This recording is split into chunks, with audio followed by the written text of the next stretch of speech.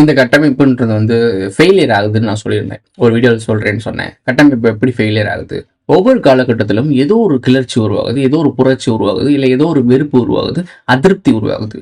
அதுக்கு மேல ஒரு பிரச்சனை நடந்து பெரிய லெவல்ல சண்டை நடக்குது. மக்கள் பாதியா குறைக்கப்படுறாங்க.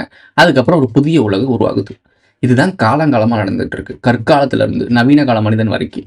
ஸோ இந்த டிராஃப்டை நல்லா நோட் பண்ணி பாருங்களேன். ஆதி காலத்துல மனிதன் சாப்பாட்டுக்காக சண்டை போட்டான். ஒரு கட்டத்துக்கு மேல அடிச்சுக்கிட்டு முடிச்சுக்கிட்டு முட்டிட்டு செத்தான். அதுக்கப்புறம் நெருப்புல இருந்து அப்படியே ஒவ்வொன்றா மாறினாங்க. கற்காலங்கள் கற்கருவிலாம் கொண்டு ஆரம்பிச்சாங்க. அதுக்கப்புறம் நெருப்புக்கு அப்புறம் விஞ்ஞானம், இப்படி கொஞ்சம் கொஞ்சமா ஒவ்வொரு, அதாவது பெரிய மேஜரான டைம் பீரியட். பட் இருந்தாலும் அதில் நடந்த சீக்வன்ஸ்லாம் என்னன்னா, ஒவ்வொரு இடத்துலையும் கட்டமைப்பு பிரேக் பண்ணப்படுது, புதிய கட்டமைப்பு உருவாக்கப்படுது. இப்போ இதுல சீக்வன்ஸ் நல்லா நோட் பண்ணி பாருங்களேன். நவீன கால மனிதன் வந்தோடனே அரசியல், கட்டுப்பாடு, ஒழுக்க நெறிகள் இதெல்லாம் வருது. இப்போ நம்ம ஒரு 10,000 ஆண்டுகளுக்குள்ள கனெக்ட் பண்ணிக்குவோம்.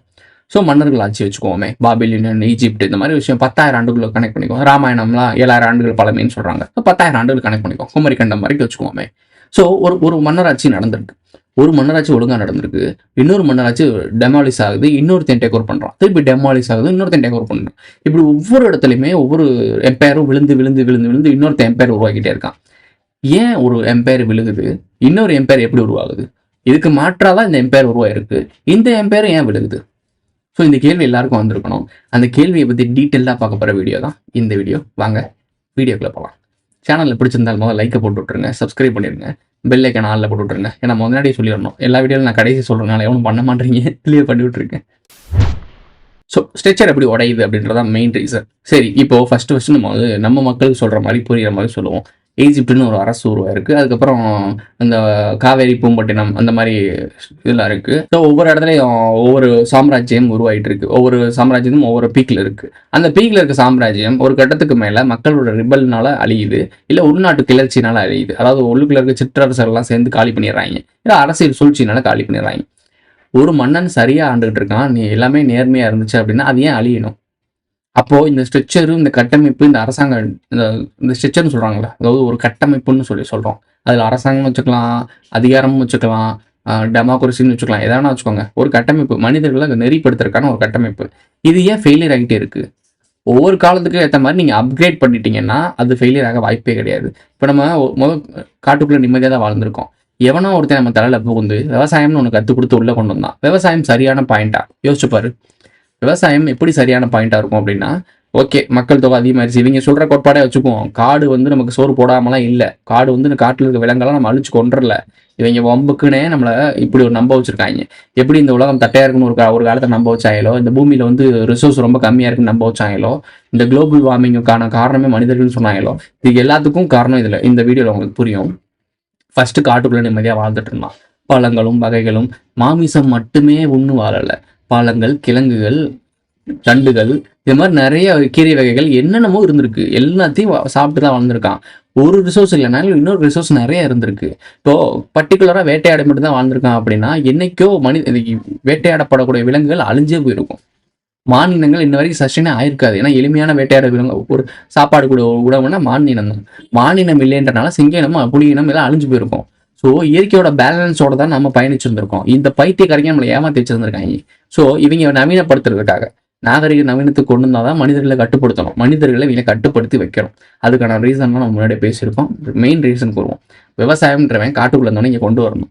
அதை கொண்டு வந்தா கந்தன்னு சொல்லுவாங்க. முருகன் கதிர் கிராமத்தை விவசாயத்தை கொண்டு வந்தது யாருன்னா இப்போ முதல் பாண்டியன்னு சொல்லி நம்ம முருகனை சொல்லுவாங்க. சிவன் அதுக்கு முன்னாடி காட்டுவாசி தானே, அதுக்கு தான் புலித்தோல் போட்டிருப்பாங்க. அது காட்டுக்குள்ள இருந்தாப்ப கொண்டு வராங்க.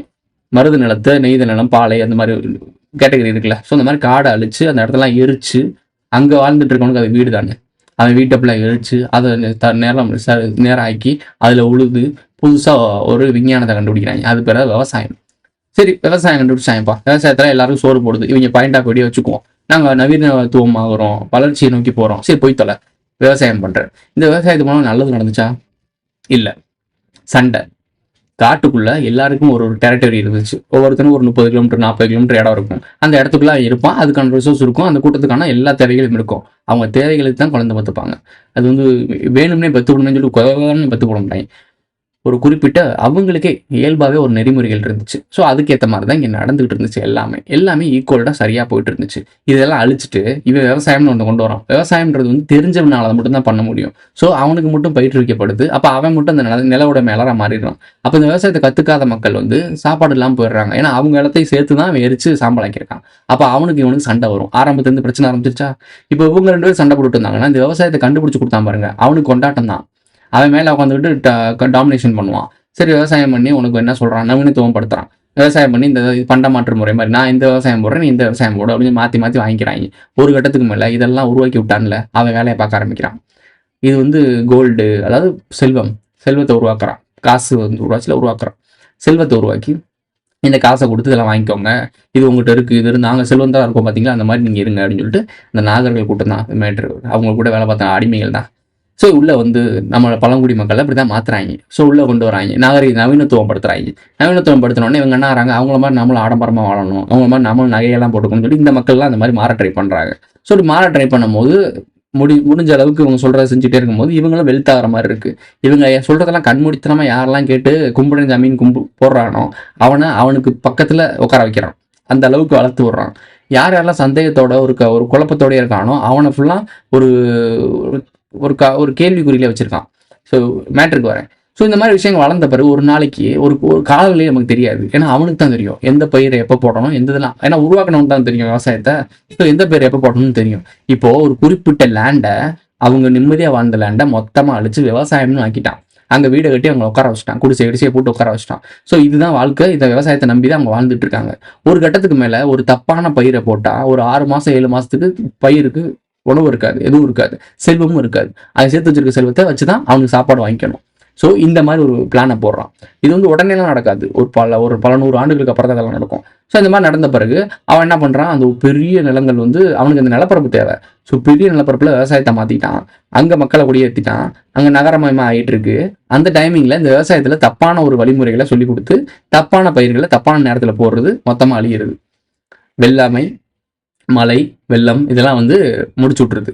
அப்போ அதுக்கு வந்து ஐயோ சாமின்னு இவங்கிட்ட வந்து நிற்பான். அப்போ தான் கட்டுப்பாடு ஆரம்பிக்குது. சரி, ஓகே, உங்கள் பணத்தை கொடுங்க, எங்கிட்ட இருக்கு நெல் மூட்டையில் நாங்கள் நெல் தரோம், வச்சுக்கோங்க, இப்போதைக்கு வச்சுக்கோங்கன்னு சொல்லிட்டு அவன்கிட்ட இருக்க பணத்தை ஃபுல்லாக பிடுங்குறது. பிடுங்கிட்டு நெல்லை கொடுக்குறது, திருப்பி இவன் மறுவடை போடுறான். இப்போ இவன் வந்து கூலியாக மாறிட்டான். காட்டுக்குள்ளே சுதந்திரமாக இருந்தவன் இந்த ஆளுமர்க்கத்திட்ட கூலியாக மாறிட்டான். இப்படியே கொஞ்சம் கொஞ்சமாக மாக்கி நிலத்தை பிடுங்குறது. சரி, உங்களால் எதுவுமே தர முடியாது, நிலத்தை கொடுத்துருங்க, இந்த நிலத்துக்கு உங்களுக்கு சாப்பாடுக்காக நாங்கள் வந்து அதுக்கு மட்டும் நாங்கள் ஃபீட் பண்ணுறோம், சாப்பாடு மட்டும் எடுத்துக்கோங்க, மற்ற மாதிரி நிலத்தெல்லாம் நாங்கள் வச்சுக்குவோம், நிலம்லாம் எங்கிட்ட இருக்கும், நீங்கள் வேலை மட்டும் பார்த்து அதுலேருந்து உங்களுக்கு தேவையான சாப்பாடு எடுத்துக்கோங்கன்னு சொல்லிடுறோம். அதான் உங்களுக்கான சாப்பாடு, காசு. அடிமையாகிட்டானா? இதுதான் விவசாயத்தோட கதை. இப்போ நீ வாழ்ந்துட்டு இருக்கிறதெல்லாம் வாழ்க்கலாம் வேற. ஆனால் ஆரம்பத்தில் மனிதனுடைய சுதந்திரம் பறிக்கப்பட்டது அங்கே தான். பறிச்சுட்டான் மொத்தமாக. அன்னையிலேருந்து இன்ன வரைக்கும் நம்ம அடிமை தான், நிரந்தர அடிமை தான். காட்டுக்குள்ளே சுதந்திரமாக சுற்றிட்டு இருந்த ஒரு கூட்டத்தை நாட்டுக்குள்ளே கொண்டு வரேன்னு சொல்லிட்டு மொத்தமாக அடிமை ஆகிட்டான். இப்போ நீங்கள் தனித்து செயல்பட முடியுமான்னு யோசிச்சு பாருங்க. இப்போ நான் இருக்கேன், ஒரு யூடியூபராக இருக்கேன், யூடியூப்பில் நம்பியிருக்கேன், இது ஒரு கார்பரேட் கம்பெனி நம்பி இருக்கும். இந்த கார்பரேட் நம்பி நீங்கள் பார்க்குறீங்க, நீங்கள் வியூவர்ஸாக இருக்கீங்க, மெம்பர்ஷிப் ஆடணும், எல்லாரும் ஏதோ ஒரு இடத்துல யாரையும் நம்பி வாழ்ந்துட்டு இருக்கோம், தெரியுதா? மேனேஜர் எம்டியை நம்பி வாழ்வான், எம்டியை நம்பி வாழ்கிற மேனேஜர் நம்பி லேபர் வாழ்வான், லேபரை நம்பி அவன் குடும்பம் இருக்கும், அவன் குடும்பத்தை நம்பி அவன் பிள்ளை படிச்சுட்டு இருக்கு. இவங்களோட ஃபினான்ஸை வச்சுட்டு ஒட்டுமொத்த கவர்மெண்ட்டும் வெயிட் பண்ணிட்டு இருக்கு. ஏன்னா வரி பணம் கட்டுறான். புரியுதா? ஒரு எக்கோசிஸ்டத்தை உருவாக்கிட்டாங்களா? ஆனால் காட்டுக்குள்ள இருந்தவனுக்கு யார் நம்பி இருந்தான்? இயற்கையை நம்பி இருந்தான், இயற்கையை அவனை நம்பி இருந்துச்சு. உனக்கு புரியுதா? 2 ஆப்ஷன் தான், ஒன்று இயற்கை, ஒன்று மனிதன். 2 பேரும் அந்த இயற்கை கொடுப்பாங்க, இயற்கை இது கொடுக்கும். 2 ஆப்ஷனை மாற்றி எப்படி ஒரு லூப்பை உருவாக்கி ஒரு எக்கோசிஸ்டத்தை உருவாக்கியிருக்காங்க தெரியுதா? இது நாகரிக வளர்ச்சியா? ஸோ இந்த கட்டமைப்பு எப்படி உடையுதுன்னு உனக்கு புரியுதா? தப்பா முதலீடு போட்டிருக்காங்க. நெல் போட்டால் நெல் விளையும், புல் போட்டால் புல் விளையும். இவங்க போட்டது விசைச்செடி. அது எத்தனை நாளைக்கு விளையும்? ஒரு கட்டத்துக்கு மேலே இது தப்பா இருக்குன்னு யோசிக்கிற ஒரு கூட்டம் கண்டிப்பாக உருவாகும். அப்படி உருவாகும் போது அவன் என்ன பண்ணுவான்? அதுக்கு எதிர்தான் செயல்பட ஆரம்பிப்பான்.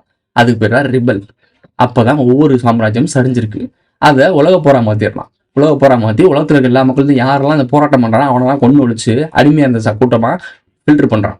இந்த அடிமையாக இருந்த கூட்டம் தான் ஒவ்வொரு தடவை ஃபில்டர் பண்ணி இப்போ அடிமைகளின் ஒரு கூடாரமாக ஆகி போயிருக்கு இந்த பூமி. எவனாவது எதிர்த்து கேள்வி வைக்க முடியுதா? அடிமையாக்கி வச்சுறாங்க. பேச்சு சுதந்திரமே இங்கே இல்லை. ஆர்டிகல் 19 மாதிரி பேருக்கு தான் ஆர்டிகல் 19 இருக்கு, பேச்சு சுதந்திரம். அதுலேயும் ஃபில்ட்ரேஷன். ஆர்டிகல் 19 பற்றி படிங்க, பேச்சு சுதந்திரத்தை பற்றி படிச்சு பாருங்க. அவ்வளோ குறுகிய சுதந்திரம் தான் இருக்கு. ஏன்டா அந்த பூமியே எங்களோட தான் வாழ்ந்துட்டு இருந்தோம், எங்களை போட்டு சுருக்கி வாயை திறக்கடாம ஆக்கி வச்சிருக்கீங்களடா. இது என்ன ஒரு வளர்ச்சி, நாகரிக வளர்ச்சி? இந்த வளர்ச்சிக்காக அவ்வளோ போராடுறீங்க. இதுக்கப்புறம் ஏஐ டெக்னாலஜி செத்தடி மவனே. நீ போடுற, நீ சம்பாதிக்கிற, நீ சாப்பிட்ற. ஏஐலாம் வந்துருச்சுன்னு வச்சுக்கோ, உடனே ஒரு பொருட்டாவே மதிக்காது. அது என்ன தெரியுமா யோசிக்கும், இதனால் வரைக்கும் வரலாற்றை கவனிச்சு பார்க்கும், மனித குலம் தான் அந்த பூமிக்கு எதிரின்னு சொல்லி ஒன்னை தான் ஃபர்ஸ்ட் போட்டு தள்ளும். எதுவுமே புரியாம தான் தலையில தானே மண்ணை வாரி போட்டு வாழ்ந்துட்டு இருக்கிறது தான் மனித சமூகம். ஸோ ஒவ்வொரு சாம்ராஜ்யம் அழிஞ்சதுக்கான காரணம் அது தப்பான போட்ட பேஸ்மெண்ட் சரியான பேஸ்மெண்ட்டாக இருந்தால் பல ஆண்டு காலம் நிலைச்சு நிற்கும். இவங்க போட்ட பேஸ்மெண்ட்டே தப்பானது. பொய்யிலும் புரட்டிலும் மனிதர்களுடைய எலும்புகளிலும் மனிதர்களுடைய அழுகலிலும் மனிதர்களுடைய கும்பலாக பரிகள் இருப்பாங்கல்ல, இந்த மாதிரி இவ்வளோ கோடி மக்களை கொண்டு புதைச்சிட்டு தான் இவன் சாம்ராஜ்யத்தை உருவாக்கியிருக்கான். அந்த சாம்ராஜ்யம் எப்படி செழிச்சு வளரும்? நாசமாக தானே போகும். மக்களுடைய அன்பிலும் மக்களுடைய அரவணைப்பிலும் மக்களுடைய ஆதரவிலும் வளர்ந்த சாம்ராஜ்யம் தான் நிற்கும். இவங்க போட்ட முதலீடே மக்களை அழிச்சு மக்களுடைய அடிமைப்படுத்தி மக்கள் மேலே ஏறி மிதிச்சுதான் இவங்க சாம்ராஜ்யம் கட்டியிருக்காங்க. இப்போ வரைக்கும் நம்ம பார்த்துட்டு இருக்க சாம்ராஜ்யம் அப்படித்தான். இளைஞர்கள் 1,00,000 பேரை கொண்டு போட்டு தான் நாங்கள் சாம்ராஜ்யம் உருவாக்கியிருக்கான். அவன் எப்படி நிம்மதியாக வாழ்ந்துருவான்? அவன் சாம்ராஜ்யம் எப்படி இருக்கும்? அழியும் திருப்பி. அது அழிஞ்சு அந்த பேட்டர்ன் அவன் புரிஞ்சுக்கிட்டான். அந்த அழியும் போது யாரெல்லாம் அந்த விஷயத்தை அவேர்னஸ் ஆகி வெளியே வரானோ அவனெல்லாம் போட்டு முடிச்சு விட்றது. அந்த போரில் கொலாட்ரல் டேமேஜில் போட்டு விட்டுறது. அதுக்கப்புறம் யாரெல்லாம் அடிமையாக இருக்காங்களோ யாரெல்லாம் இயலாமையாக இருக்காங்களோ அவனெல்லாம் ஃபில்டர் பண்ணி உனக்கு நான் சோறு போடுறேன், தண்ணி கொடுக்குறேன், இடம் கொடுக்குறேன், மூடிட்டு உட்காருன்னு உட்கார வச்சிடுறது. இப்படி தான் காலங்காலமாக பண்ணிட்டு இருக்காங்க. கொஞ்சம் வரலாற்றை பின்னோக்கி படிச்சுப்பார், ஏன் ஒவ்வொரு சாம்ராஜ்யம் விழுந்துச்சுன்றது உனக்கு நல்லாவே புரியும். ஆளுமையினாலையும் அந்தஸ்துனாலையும் ஒரு 2 பேருக்கு இருக்க போர்னாலையும் அது கிடையாது மேட்ரு. மேட்ரு மக்களின் புரட்சினால தான் ஒவ்வொரு சாம்ராஜ்யம் அழிஞ்சிருக்கு. இந்த சாம்ராஜ்யம் புரிஞ்சிடக்கூடாதுன்றதுக்காக தான் மன்னராட்சி இதுக்கப்புறம் இருந்துச்சுன்னா மக்களாக ரிவல் பண்ணி எப்படி பாபிலோன் அரச மக்களாக சேர்ந்து அழிச்சாங்களோ அதே மாதிரி மன்னராட்சியும் அழிச்சிருவாங்கன்றக்காக இவங்களே பிரிட்டிஷ்காரங்க உள்ள புகுந்து டெமோக்ரஸின்னு ஒன்று உருவாக்கியிருக்காங்க. இப்போ இந்த டெமோக்ரஸி ரொம்ப நாளைக்கு வியாபாரம் ஆகலை, நமத்து போச்சு. இந்த டெமோக்ரஸி மூலமா மக்கள்லாம் செத்து சுண்ணாம்பாயிட்டான். இந்த மக்கள் இந்த ஜென்சி போராட்டம் எப்படி வருது? இந்த டெமோக்ரஸிக்குள்ள இருந்தனால தான் வந்துருது. ஸோ இப்போ இந்த ஜென்சி போராட்டம் வரதுக்கான காரணம் என்ன? இந்த டெமோக்ரஸி ஃபெயிலியர். ஸோ இந்த ஃபெயிலியர் டெமோக்ரஸியை முடிச்சு கட்டணும். அதுக்கு ஒன் வேர்ல்ட் கவர்மெண்ட் அடுத்த கேட்டகரிக்கு ரெடி ஆகிட்டான். அப்போ இதை டெமாலிஷ் பண்ணணும்ல, அதுக்கு நீ புரட்சி பண்ணணும்ல, அதுக்கு தான் அவங்களாம் தூண்டி விட்டுட்டே இருக்காங்க. அதுதான் வேர்ல்டு வார்.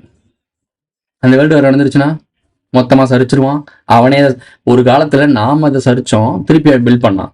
இப்போ அவனே சரிக்கிறான், அவனே பில்ட் பண்ணுறான். அது என்னன்னே புரியாத அளவுக்கு மடசாம்பிராணி கூட்டமாக மனிதன் வாழ்ந்துட்டு இருக்கு. புரியுதா உங்களுக்கு?